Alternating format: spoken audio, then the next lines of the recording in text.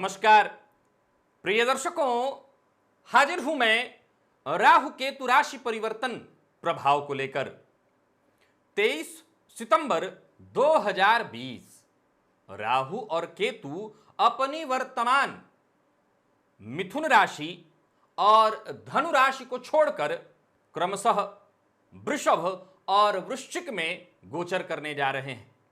मेष से लेकर मीन राशि पर्यंत प्रत्येक राशि के जातकों के लिए राहु और केतु का यह गोचर क्या प्रभाव लेकर के आ रहा है, क्या लाभ और क्या हानि, इस विषय पर हमारी बृहद चर्चा आज से प्रारंभ हो रही है।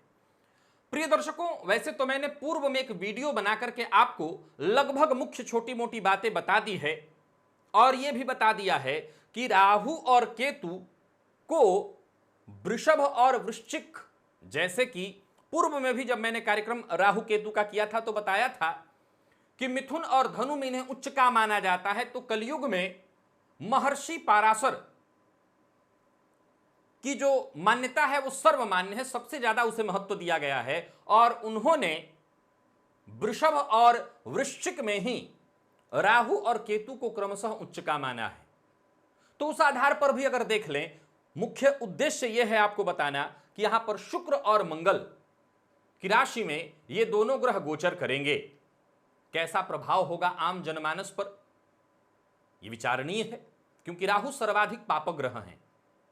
मैंने एक पूर्व में कई बार आपको बताया कि केतु बैलेंस करते हैं, कहीं ना कहीं बैलेंस करने का काम करते हैं राहु को, क्योंकि ये पापक ग्रह नहीं है।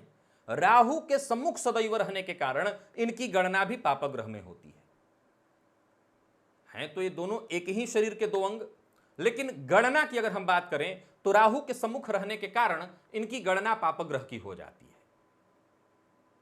अब सवाल उठता है कि इनका गोचर प्रत्येक राशि के लिए क्या प्रभाव लेकर के आ रहा है, किसको कैसे सुरक्षित रहना है। आज इस परिवेश में देखा जाए तो हर व्यक्ति केवल अपने सुखों की सोच रहा है। हम सतयुग में नहीं हैं, सीधी सी बात है, कलयुग में हैं और यहां पर राहु और केतु का प्रभाव तो निसंदेह श्रेष्ठ ही होने वाला है, निसंदेह श्रेष्ठ ही होने वाला है। ये छाया ग्रह हैं और छाया ग्रह होने के कारण जिस राशि में होंगे उस राशिपति के समान स्वभाव बना लेंगे। अब मिथुन में थे राहु तो बुध का स्वभाव क्या है कि वो खुद ही अपना स्वभाव नहीं जानता, वो बालक है और जिसके स्वभाव प्रभाव में आता है वैसा स्वभाव बनाता है। लेकिन इस बार बारी अलग है, शुक्र दैत्य गुरु की राशि में होंगे, भोग के कारक ग्रह की राशि में होंगे। फलतः जिसको भी अच्छा करेंगे छप्पर फाड़ के अच्छा करेंगे, यानी बेहद अच्छा करेंगे। सबसे पहले बात करेंगे, मैं यहां पर पूर्व में ही बता दूं कि आज हम 3 राशियों की चर्चा करेंगे, मेष, वृषभ और मिथुन। इन 3 राशि के जातकों के लिए हमारी चर्चा आज होगी। इसी क्रम से आने वाले दिनों में बारी बारी हम बृहद चर्चा करेंगे। प्रिय दर्शकों, राहु और केतु के प्रभाव के साथ साथ कुछ सामान्य उपाय भी मैं आपको बताता चलूंगा जो कि आप कर लें। सबसे पहले हम बात करेंगे राशियों के क्रम में पहली राशि। एक और बात बता दूं, चूंकि आप बार बार इस बात को पूछेंगे सो पहले बताना जरूरी है, यह राशिफल लग्न नहीं चंद्र राशि के आधार पर है, यानी आपकी जन्म कुंडली में चंद्रमा जिस राशि में बैठे हैं वही आपकी जन्म राशि है और उसी जन्म राशि के आधार पर इस राशिफल को मैं बताने जा रहा हूं। चलिए प्रारंभ करते हैं। सबसे पहले बात करेंगे राशियों के क्रम में पहली राशि मेष राशि। मेष राशि के जातकों के लिए यह गोचर कैसे बढ़िया है और कहां सावधानी रखनी है। बढ़िया तो है, इसमें कहीं कोई संशय नहीं। क्यों? क्योंकि अभी पराक्रम में गोचर कर रहे थे, अब धन भाव में गोचर करेंगे। अब धन भाव में इनका जो गोचर होगा तो बढ़िया ही होगा, सीधी सी बात है। वाणी भाव में ये गोचर करेंगे और शुक्र की राशि में गोचर करेंगे। तो सबसे पहले राहु को समझिए आप जरा। राहु यहां पर बैठ करके अपनी 5वीं दृष्टि डालेंगे, कहां पर? तो षष्ठम पर, अष्टम पर और साथ ही साथ दशम पर। यही ठीक केतु सामने होंगे और इनका प्रभाव पड़ेगा द्वादश पर, द्वितीय पर और साथ ही साथ चतुर्थ पर। दोनों के प्रभावों को आप मिश्रित करके देखिए।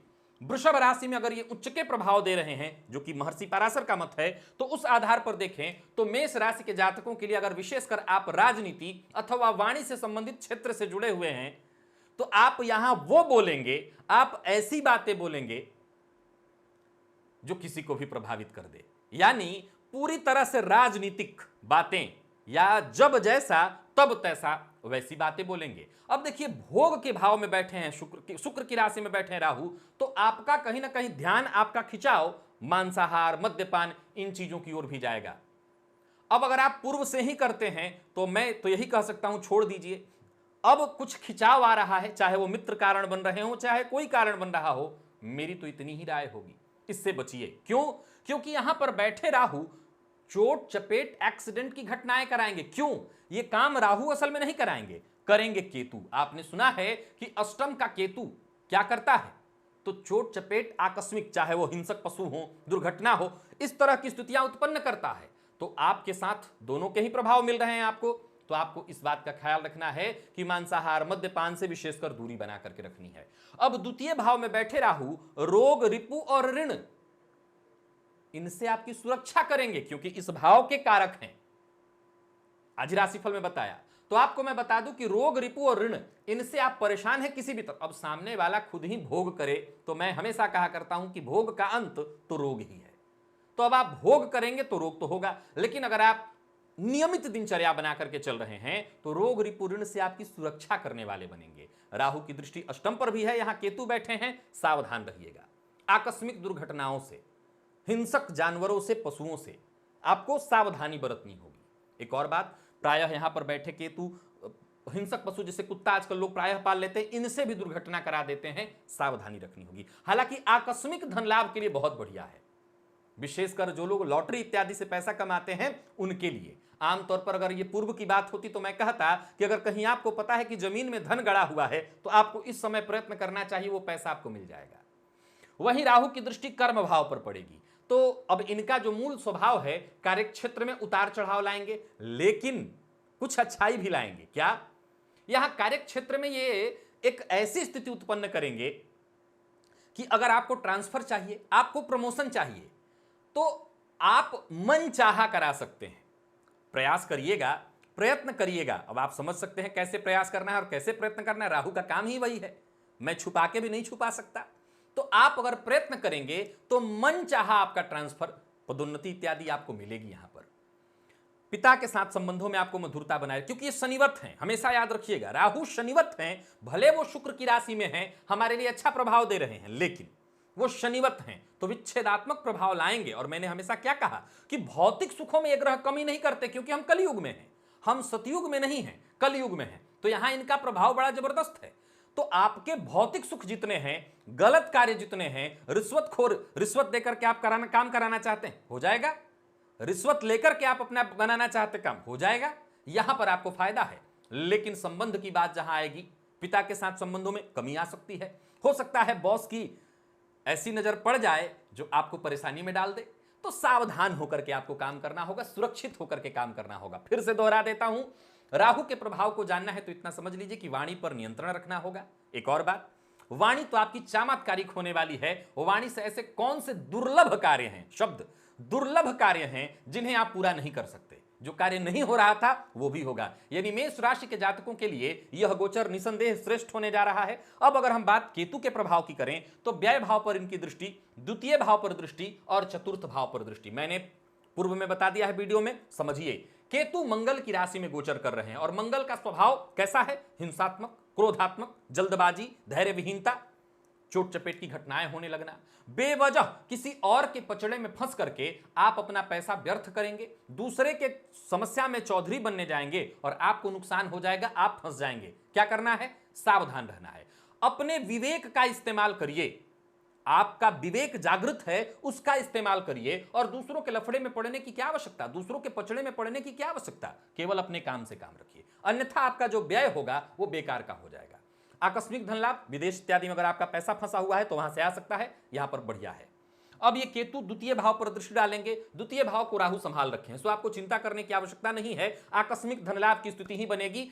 हो सकता है कुटुंब में मतभेद की भी स्थिति उत्पन्न हो जाए, कोई पैतृक संपत्ति इत्यादि है उसको लेकर के विवाद हो जाए, चिंता की आवश्यकता नहीं है। आपके राहु जो हैं ये काम कर लेंगे, वो बड़े अच्छे से इस चीज को संभालेंगे कि जब जैसी परिस्थिति होगी वैसा बोलकर आप अपना फायदा उठा लेंगे। तो आपको क्या करना है? इनकी जो तीसरी दृष्टि है वो घर पर पड़ेगा, यानी आपके चतुर्थ भाव पर।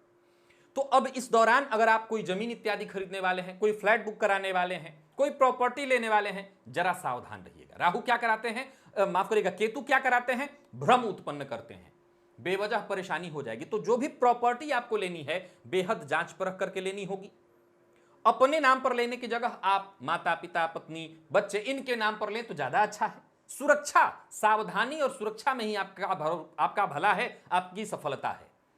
मां की सेहत का ख्याल तो रखिए ही, मां का अपमान मत करिए। और साथ ही साथ घर का माहौल अगर कलहपूर्ण आपने बनाया तो समझ लीजिए कि जितनी भी अच्छाई यहां राहु से मिल रही थी, जो सुखों का भोग, जो बढ़िया मैं आपके लिए कह रहा था, सब गुड़ गोबर हो जाएगा। तो आपको क्या करना है, घर का माहौल बहुत बढ़िया बना करके रखना है, सावधानी के साथ। राजनीतिज्ञ हैं तो एक बात अब जरा गौर करिए कि मैंने कहा था बहुत बढ़िया है, ये कैसे, राहु के कारण बहुत अच्छा आप बोलेंगे, लेकिन केतु कई बार भेद खोलने का काम करेंगे, मैं खुल के कह रहा हूं।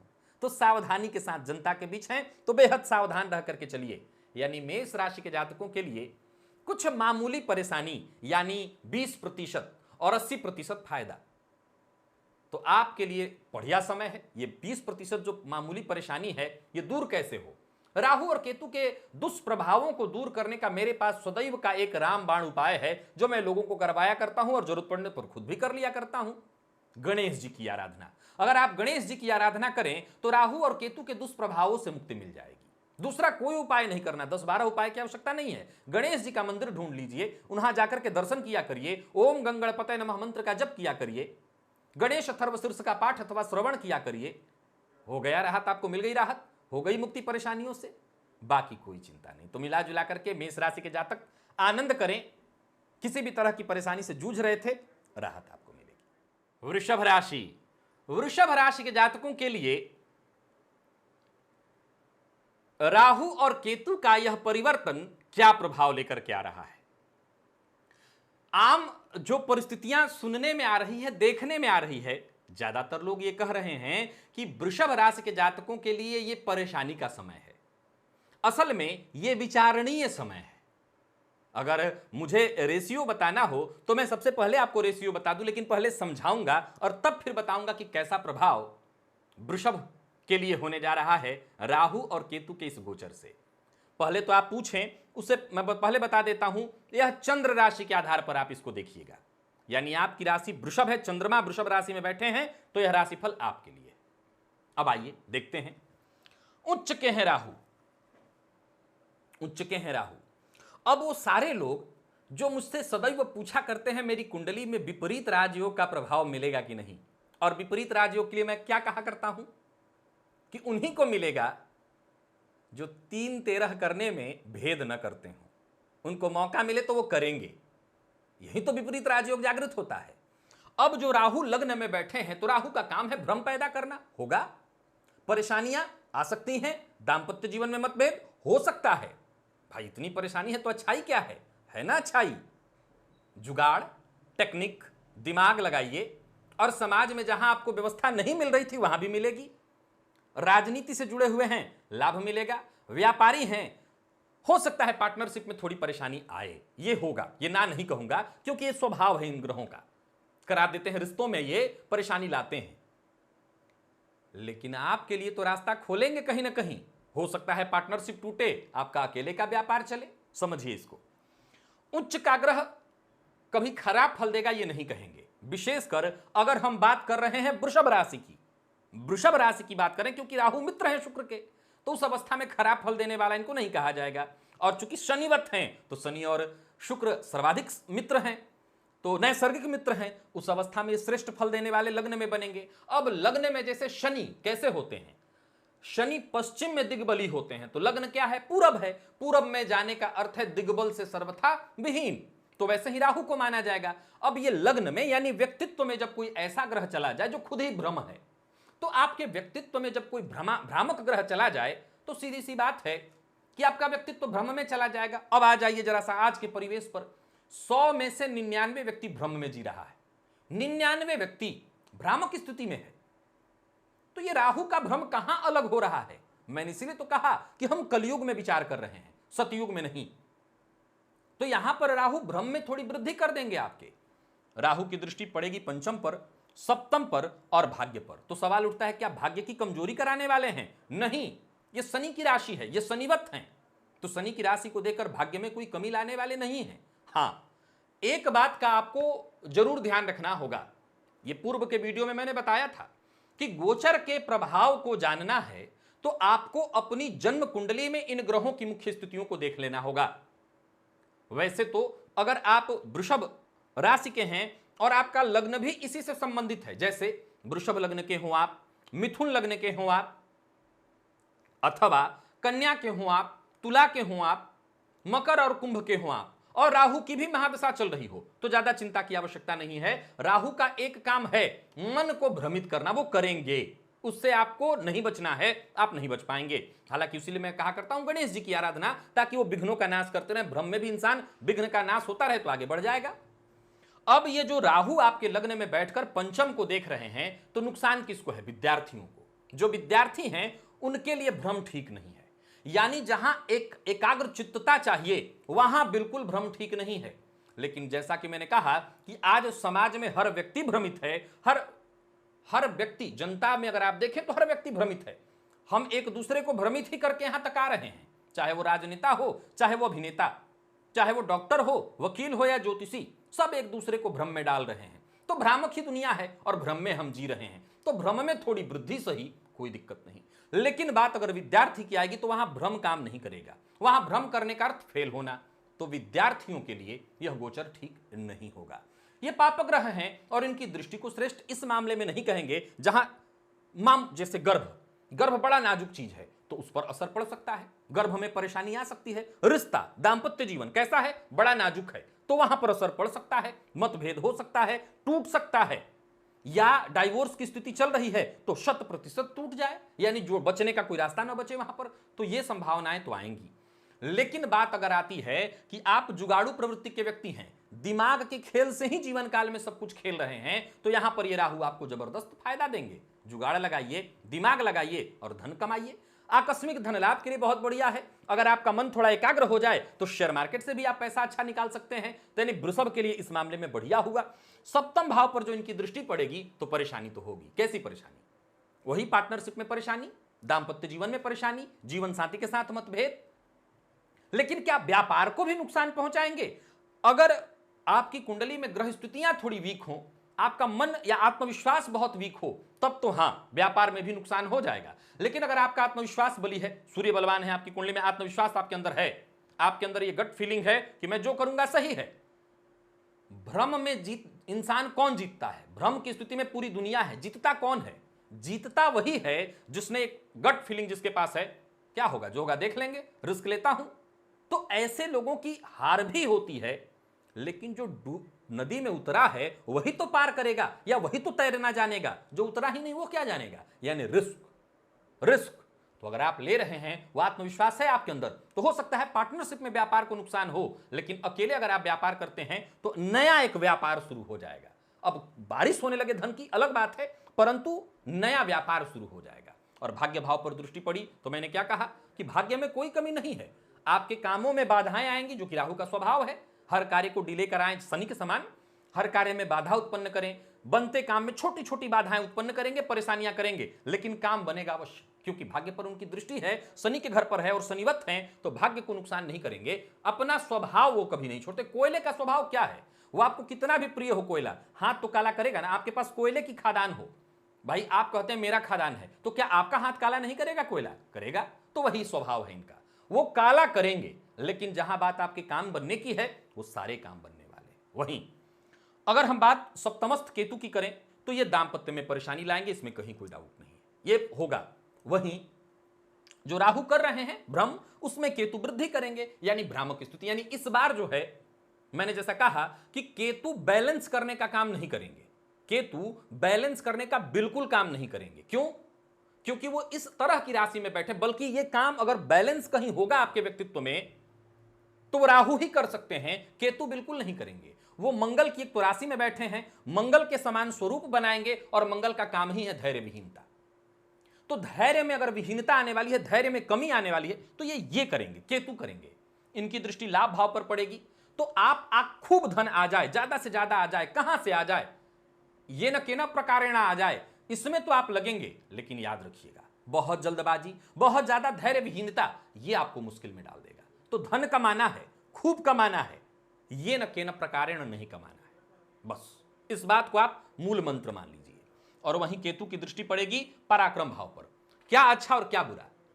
पराक्रम अधिक हो सकता है, और मेरा क्या कहना है कि किया हुआ प्रयत्न, परिश्रम कभी व्यर्थ नहीं होता। छोटे भाई, रिश्ते में जहां बात आएगी वहां वो अपना काम करेंगे। रिश्तों में परेशानी उत्पन्न होने लगना, भ्रामक स्थिति उत्पन्न होने लगना, यही कमोबेश काम राहु भी करेंगे। इधर हो सकता है अगर आपके बच्चे बड़े हैं तो बच्चों के साथ मतभेद उत्पन्न करेंगे, ये काम होगा बड़े भाई बहनों के साथ संबंध में। तो रिश्तों में ये ग्रह नहीं छोड़ते, पाप ग्रह हैं और ये कलयुग है।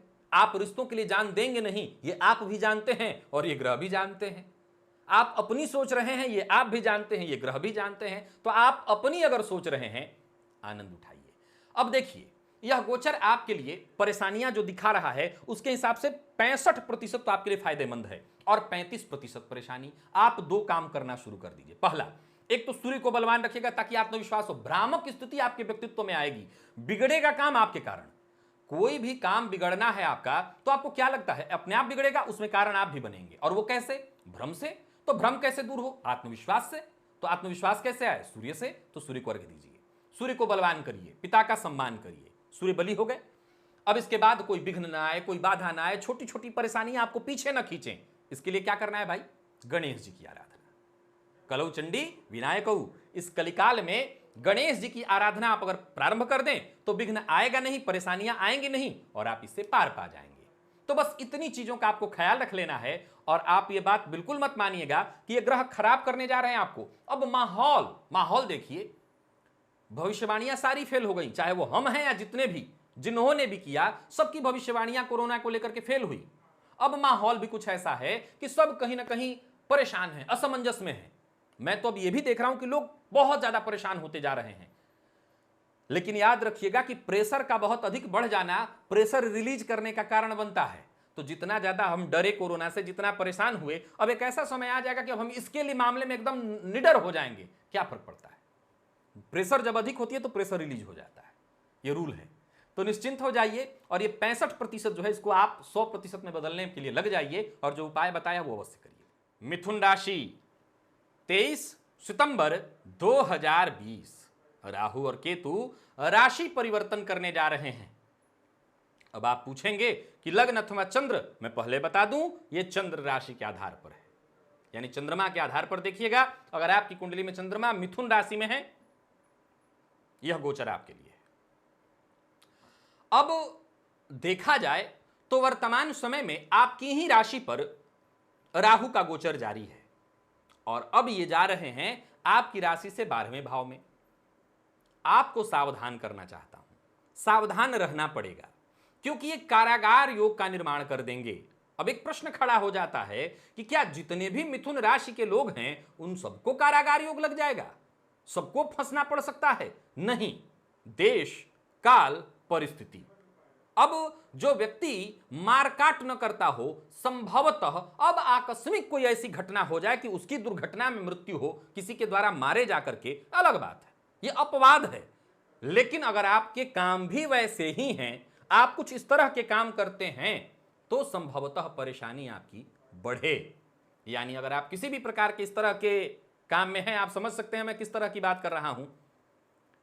2-2-4 आप 2-2-4 न करके 6 करते हो तो आप सावधान हो जाइएगा, परेशानी बढ़ेगी। वैसे तो मिथुन राशि के जातकों को मैं सदैव एक बात कहा करता हूं कि आप गले तक ऋण में रहिए, इतना कर्ज करिए कि आपको कर्ज के कारण नींद ना आए, और कर्ज जितना बड़ा उतना ही ज्यादा आपका विकास, उतना ही ज्यादा आपका विकास। नींद नहीं आनी चाहिए ऋण के कारण, लेकिन देना नहीं है। और अब तो केतु बैठे हैं षष्ठम में, सो भूल कर अगले इनके गोचर तक 2022 तक हैं ये, तब तक आप एक बात गांठ बांध लीजिए कि आपको कहीं किसी को भूलकर भी एक अठन्नी कर्ज नहीं देनी। दान दे दीजिए कि ले जाओ, परंतु कर्ज नहीं। आइए अब आपको इस गोचर के बारे में थोड़ा समझाता हूं। यहां बैठे राहु की दृष्टि पड़ेगी सबसे पहले आपके मुख्य भाव पर। वो मुख्य भाव कौन है? आपका अपना घर, कुंडली का चतुर्थ भाव, उनकी 5वीं दृष्टि। छठवीं और साथ ही साथ इनकी नौवीं दृष्टि। तो अष्टम भाव पर नवीं दृष्टि पड़ने से क्या बुराई हो सकती है, परेशानी आएगी? संभवतः परेशानी आएंगी, संभवतः। लेकिन मुख्य परेशानी कहां है? देखिए, हमारे जीवन में जब भी परेशानियां आती हैं उसमें एक कड़ी है। अगर आप उस कड़ी को पकड़ लें, एक चेन को पकड़ लें, तो आपको समझ में आ जाएगा कि एक चेन से सब कुछ जुड़ा हुआ है। जैसे अगर आपके घर का माहौल, वातावरण खराब हो, अगर आपके घर का माहौल खराब हो, वातावरण खराब हो, सुबह सुबह ही अपने पत्नी के साथ, अपने पति के साथ आप लड़के कार्य क्षेत्र में जाएंगे, तो आप क्या करेंगे? तो आप जहां भी जाएंगे वहां आसपास के लोगों के साथ वैसा ही व्यवहार करेंगे। अगर आप दुनिया में लोगों को देखें तो जो उसके जीवन काल में चल रहा होता है वैसा ही व्यवहार वो सबके साथ करता है। अब जब आप घर से लड़के जाएंगे और औरों के साथ वैसा व्यवहार करेंगे तो क्या लोग आपके शत्रु नहीं बनेंगे? एक चेन आपके हाथ में मिल गया ना, यहीं से जुड़ा है। अब यही राहु जो नव अष्टम पर दृष्टि डाल रहे हैं, अब ऐसा व्यक्ति जो कि क्रोध में है, टेंशन में है, परेशानी में है, बाहर गया तो वहां भी उसने परेशानी खड़ा की तो लोग उसके शत्रु बन गए। तो घर वाली परेशानी तो लिमिटेड है, आपके जीवन साथी, आपके बच्चे अगर आपको परेशान कर रहे हैं तो वो लिमिटेड है, लेकिन बाहर तो अनलिमिटेड हो जाएगा।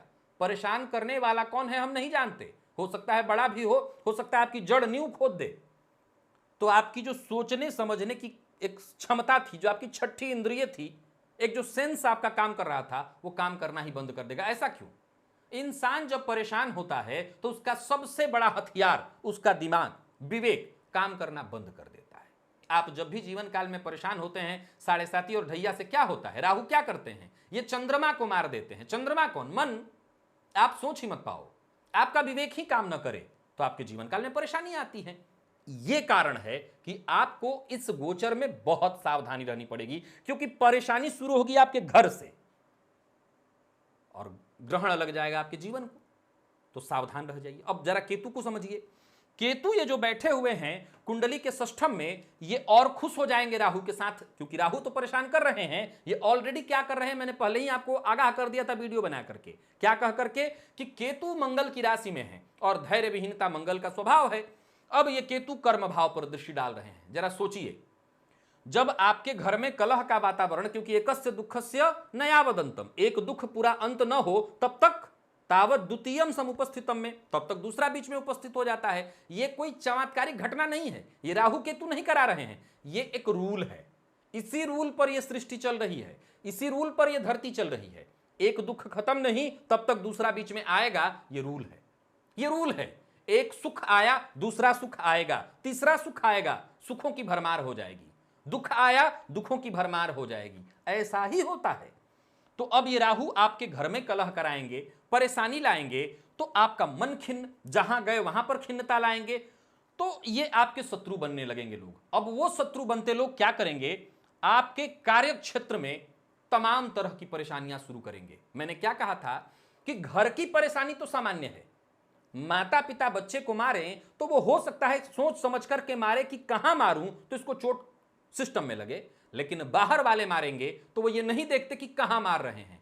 अब समझ में आ गई होगी बात कि ये बिगाड़ा राहु ने और पूरा कर दिया केतु ने। कार्य क्षेत्र में परेशानियां शुरू हो जाएंगी, उतार चढ़ाव शुरू हो जाएगा। फिर जैसे ही आपकी परेशानी बढ़ी, तमाम तरह के विघ्नों में पड़े, लड़ाई झगड़ा किया तो कहीं कोर्ट कचहरी के चक्कर में पड़ गए। अब ये सब होगा तो ऐसे तो होगा नहीं, मतलब व्यय भी होगा, मतलब व्यय भी होगा। तो व्यय होगा तो क्या होगा भाई? व्यय होने दो।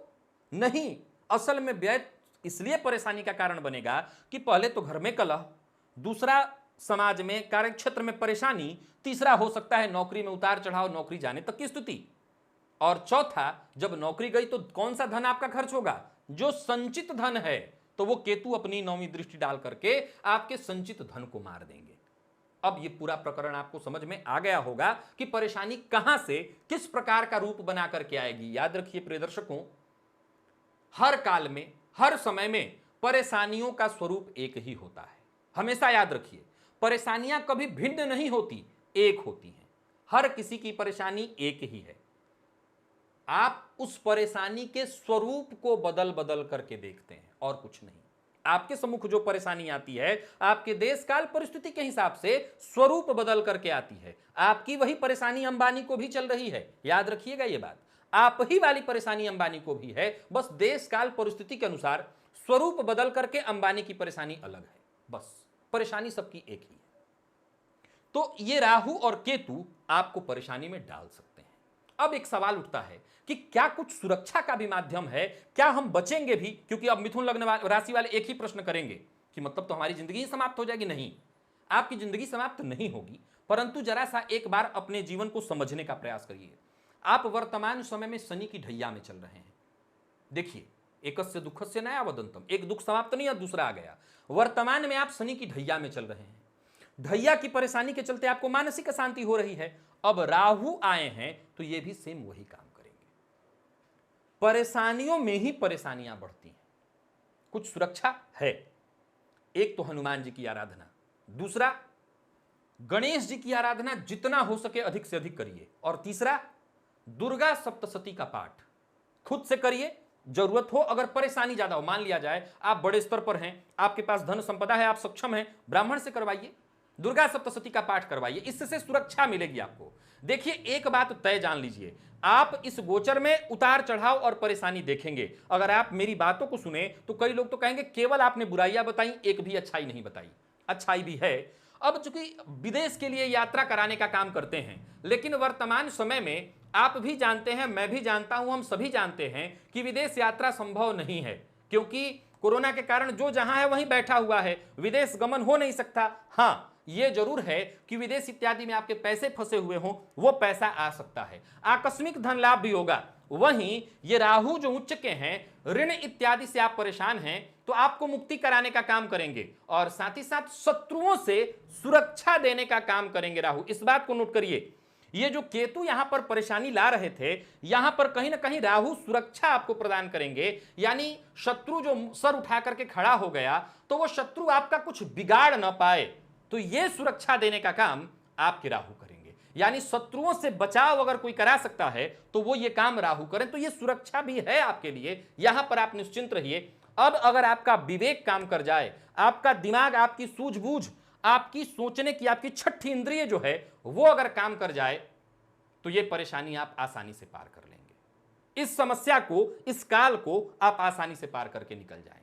क्या करना चाहिए? तो मैंने जो उपाय बताया, पहला तो हनुमान जी की आराधना, ताकि ढैया से आपको राहत मिले। दूसरा, गणेश जी की आराधना खूब करिए। तीसरा, दुर्गा जी की आराधना और दुर्गा सप्तशती का पाठ खुद से करिए, ब्राह्मणों से करवाइए, जैसे भी आप करवा सकते हो। नवरात्रि आ रही है, अभी से प्रारंभ कराइए, सुरक्षा मिलना अभी से शुरू हो जाए आपको। तो ये उपाय है आपके लिए, इसको करिए। और इन सबके बाद आपको आत्मविश्वास चाहिए, क्योंकि जब इंसान परेशान होता है तो मैंने क्या कहा, ट्रैक एक ही है, एक ही ट्रैक पर दुनिया चल रही है। इंसान परेशान हो तो अपना आत्मविश्वास गंवा देता है। तो इस आत्मविश्वास को बनाए रखने के लिए सूर्य की आराधना करनी होगी। सावधान रहिए। और ये जो उपाय मैंने बताए हैं, अगर आप अपने जीवन काल से जोड़ लेते हैं तो फिर आप मुझे फोन करके बताइएगा कि मैं सुरक्षित हो रहा हूं, बचा हुआ हूं। फिर बारी आ जाती है कि किसी भी गोचर के प्रभाव को जानने के लिए कुंडली की स्थिति बड़ी मायने रखती है। अगर कुंडली में स्थिति मजबूत चल रही है तो परेशानियां ऐसे होंगी कि एक तूफान सा आएगा और आपको छू करके चला जाएगा, आपको कई बार तो पता भी नहीं चलता। आशा करता हूं अब आप समझ गए होंगे इस गोचर को। आज के लिए बस इतना ही, पुनः मुलाकात होगी बाकी की 3 राशियों के साथ कल। इजाजत दीजिए, नमस्कार।